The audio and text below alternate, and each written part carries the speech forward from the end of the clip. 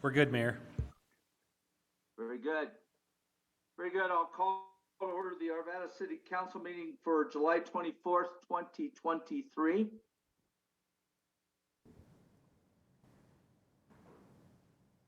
And let me grab my packet.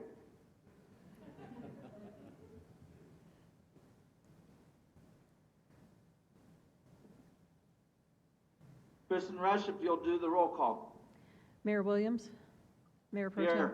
Mayor Pro Tem Jones, Councilmember Foray, Here. Councilmember Pfeiffer, Here. Councilmember Marriott, Here. Councilmember Mormon, Here. Councilmember Simpson. Here. Mayor, I'd like to make a motion to excuse Mayor Pro Tem Jones from tonight's meeting.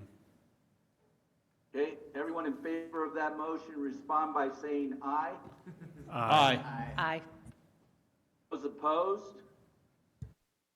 Hearing none, it passes unanimously. Thank you. We have one workshop tonight, an update on the Community Wildfire Protection Plan.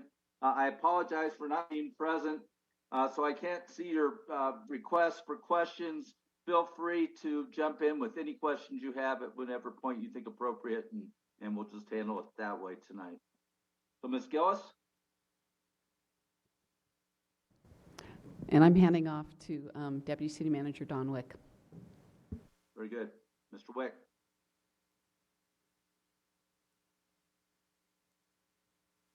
An update for you all on the Community Wildfire Protection Plan that the city has been working in collaboration with the Arvada Fire Protection District and other stakeholders.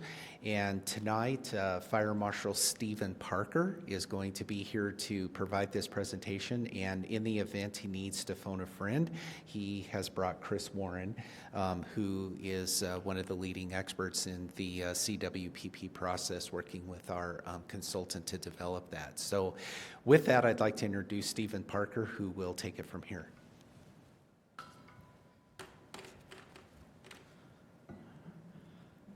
Good evening, everyone. So I would like to start off this presentation by asking a question.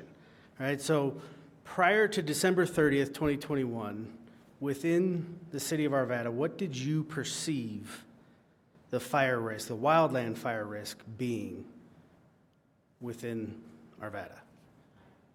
High, okay. I'd say low. Low? I think we, a perception of thinking we were all safe. So you saw Marshall. Yeah. I would have considered it medium. I would have considered our westernmost neighborhoods of Candelas, Layton Rock to be vulnerable, but probably not as much internally into the city as we now know. Yeah. Okay.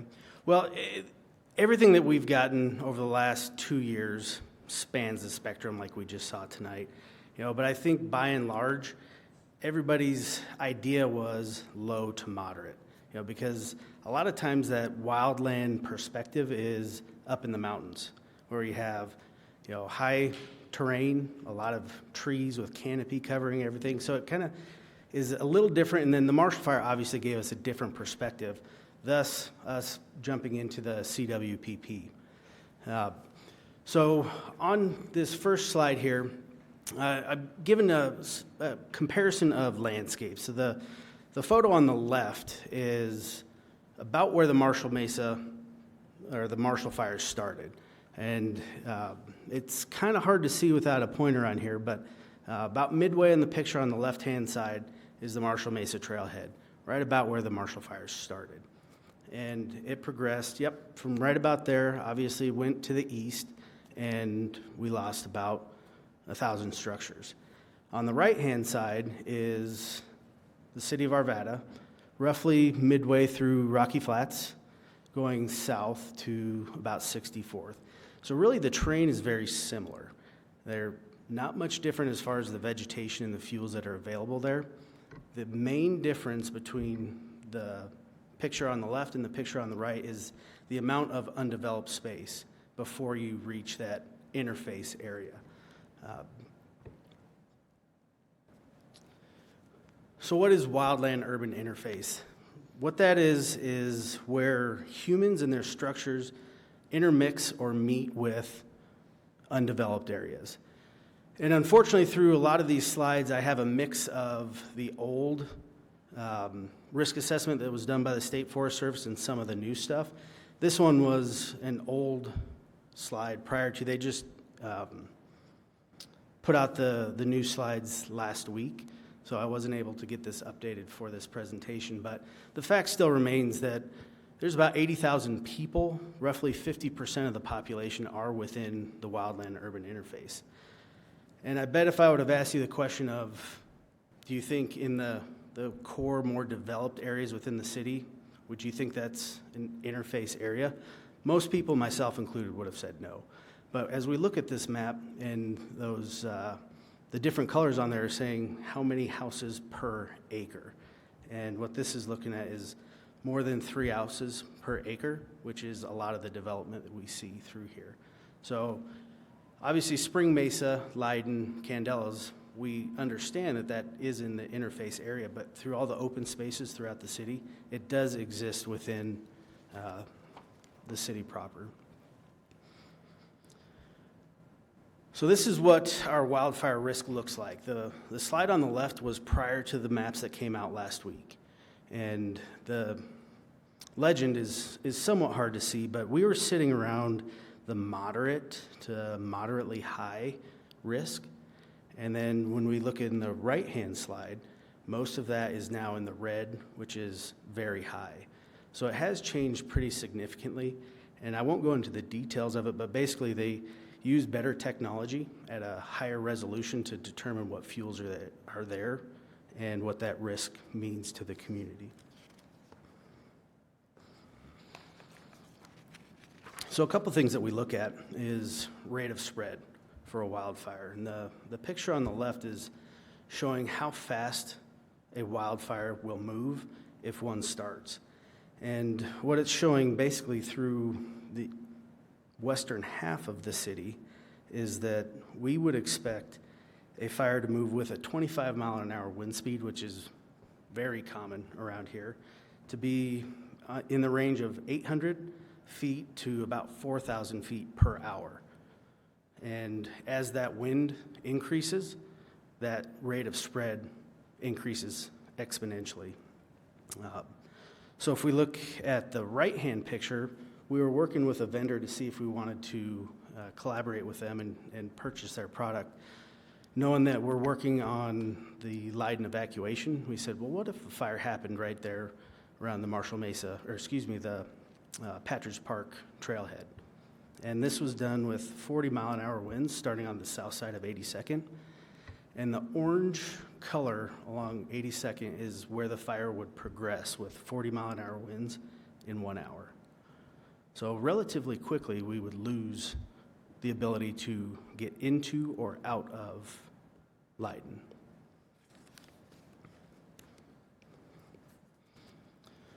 So there's more things that we look at for wildfire than just structures and people. This, again, is an older slide showing the importance of drinking water. And on the scale of colors, the darker the blue, the higher the importance is. So if you look, the outline is the city of Arvada. And what that's showing is that it's identifying the potential negative impacts to the drinking water if a wildfire were to occur.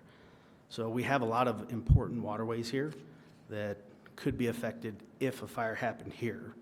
Also, if we progress west, we all know that we get our water from there, so it would trickle down that way. A question, just for context, if you go back, you said if the fire is to start in our area, for the purpose of this presentation, what area are you talking about the fire starting? You're just saying like West Arvada border? Well, anywhere with in those models. That was on that slide. So anywhere in here, if there's a fire, it has a higher potential to affect the drinking water if a fire were to occur anywhere within the city. Gotcha. Yep. If it gets in the canals and everything like that.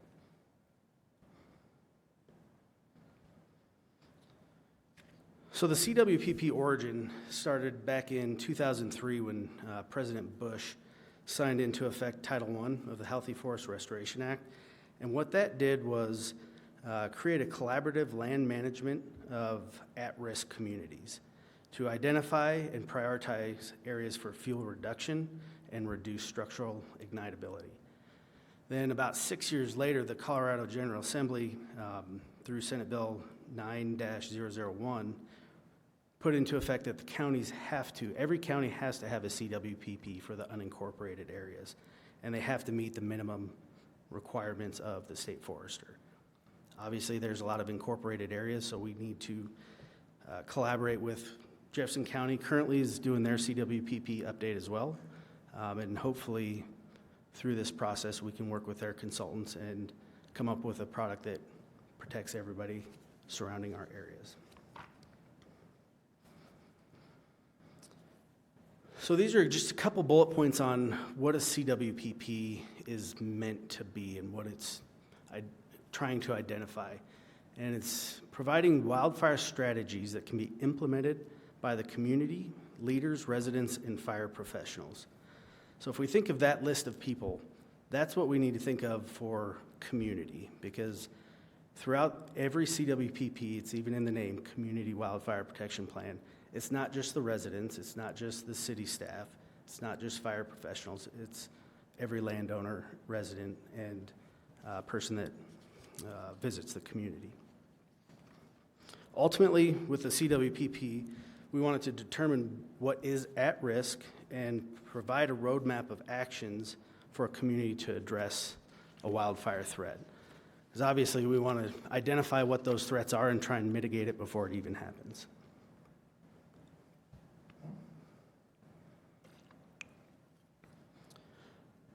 So I know that this is probably hard to read, but this is the general framework for a fire-adapted community. And the CWPP is just a very small portion of the spokes within this wheel. And it's just that small portion on the left there that within this spoke, we're working on the CWPP. It also wants to identify any regulations, ordinances, codes that need to be implemented, and then do spatial fire planning, which unfortunately at this point in time, the fire department, we don't have the resource to do any sort of spatial fire planning, but we're working on budgeting that once the CWPP is complete, so we can do additional analyses like I showed on 82nd Avenue.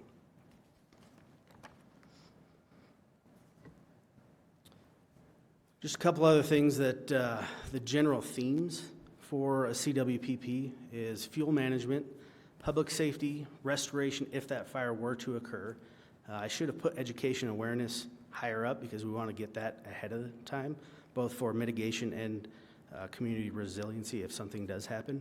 And then obviously, one key factor is the emergency response. So who's participating in the CWPP? Because the fire department are the ones that spearheaded this project, and we cover obviously more than just the city of Arvada. We have the city of Wheat Ridge involved. We have obviously the city of Arvada, and we're working with Jefferson County as well. But we do bring in other folks, Excel. They've been a vital piece of this. I know after we talked at one of our community meetings, we're going to get CDOT involved. U.S. Fish and Wildlife, we've done some stuff in the past, identifying and doing some tabletops for Rocky Flats. HOAs, they're a huge part. They have to be the voice for us. A lot of times we can get them the information and they can spread the word, so their input on how we implement this will be vital. And then businesses, of course.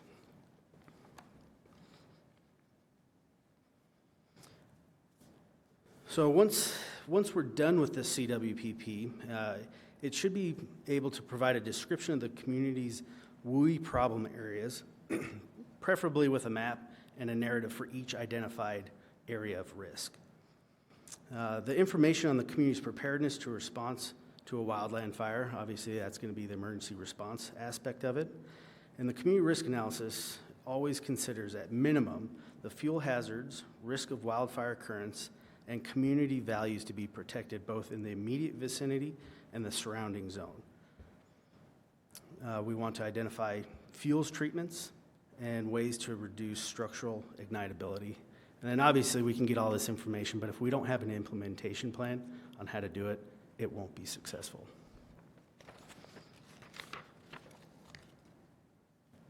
So who's responsible for the CWPP? Obviously, initially, the fire department is, because we contracted Dahl Environmental to do this. But it, again, goes to that whole community effort, because we can't do everything. It's going to be the cities, the counties, the HOAs, the property owners that will play a significant factor in this.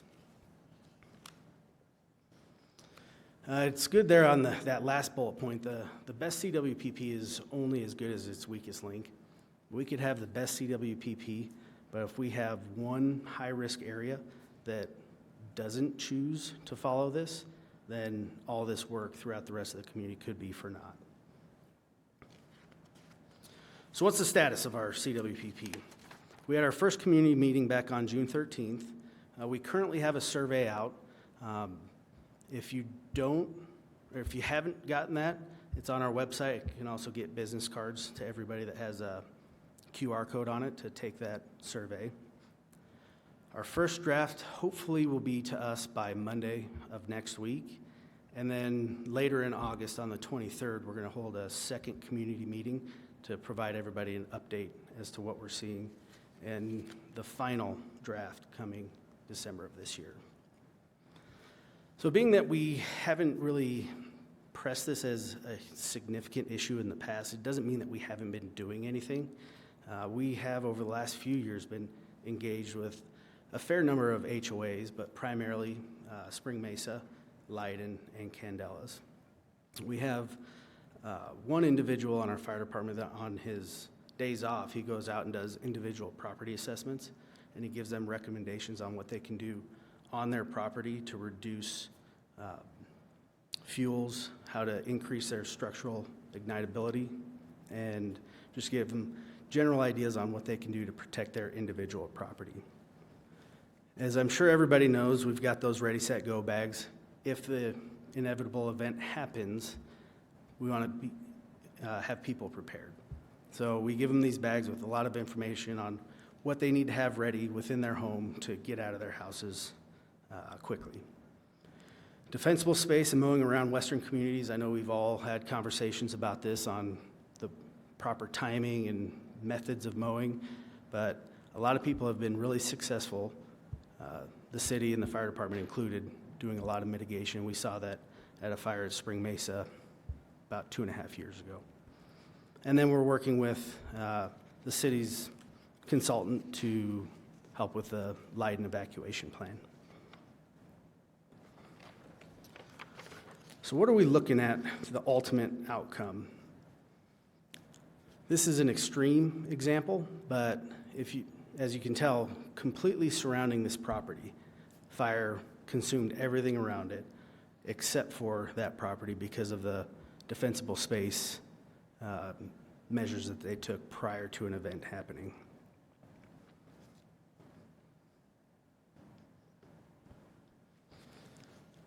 As many of you probably know, there was legislation that was signed this year that is implementing a Wildland Urban Interface Code Board that will create a statewide WUI code that will be required to be adopted by everybody in the identified WUI areas by July 2025, I believe. With that, I've been involved with the National Fire Protection Association, an international group that deals solely in fire protection. I'm on a wildfire policy group working more on the national scale and how do we get this accomplished not only at the local level but nationwide. We have some folks locally working on the Metro Wildland Fire Coordination Council, Fire Adapted Colorado. I'm currently having conversations with city staff about the viability of proactively adopting current WUI codes. And then, as I showed you with that Leiden evacuation model, we're looking at purchasing that program that will help us identify areas of concern.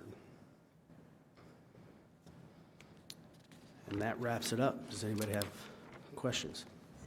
Stephen, I have a couple questions for you. So first one I have is the Wildland Urban Interface is yet to be defined, correct? There's a lot of definitions out there. And we're hoping with this CWPP, they can identify our highest risk areas for the interface. I guess I'm speaking of the wildland urban interface that's contained in that legislation from last year. That has yet to be determined. Okay. Where's that likely to be? Do you have any feel for what it might be? I have a feeling. I don't know, because there's 25, I believe 25 people on that board that get to decide that. Is it likely to be the whole city of Arvada, or is it likely to be just the western fringes? There might be areas within the city. I don't think it would be the entire city, but I don't know the direction that they're going to go with that. Okay, thank you. We have a question with the team here. Maybe Dawn could answer it. So with their effort with the wildlife protection and our open space and let it grow policies, are we trying to get those to thread through each other? And, because, that was an issue at the last hearing, was like everyone's mowing it down to the dirt, and then others, and then, we have hill issues or whatever could happen. How are we going to balance all those needs? Yes, so we have actually received information from Arvada Fire, which has been really helpful for us about what they believe needs to be mowed in order to create that defensible space.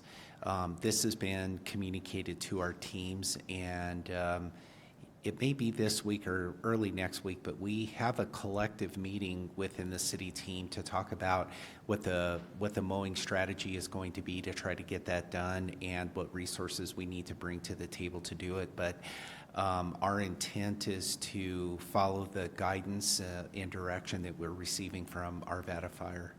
So, but, some of the erosions and stuff and let it grow, I know like Candelas finally got its native seed to actually grow this year. So keeping, soil stabilizing and erosion, and there's other issues. So There are. I'm assuming we'll figure it out, a balanced approach. Because the issue that at that last meeting we had was the citizens were going to go do their own thing in their own open space behind their house, which may or may not be the city, may or may not be the metro districts. And what are the metro districts following, and what are the HOAs following? And Right. Yeah, and we are trying to take all of those things into consideration. For example, our VCN team has some awareness of the native grasses that you're talking about, and how is all that going to work together. And we're in communication with Arvada Fire over some of these unique issues, but largely we intend to follow what their plan is. okay, all right. Thanks. That's all I had. And if I may, to your point, there's a lot that needs to be considered other than just defensible space for a fire. And we understand that, and a lot of the research and everything that's gone on in wildfire protection takes, the ecology and erosion and everything into consideration. So it's getting that information and getting it out to the right people to do the right thing. Yeah, I think when we have bands of this open space throughout the city, that's where, I want us to be a little cautious of just mowing everything down. I think one of the discussions was if you don't pick it up, it's just adding fuels anyways. But, when you talk about wildlife, you talk about the native landscape. People don't want it to be a barren, everything's mowed down and dead.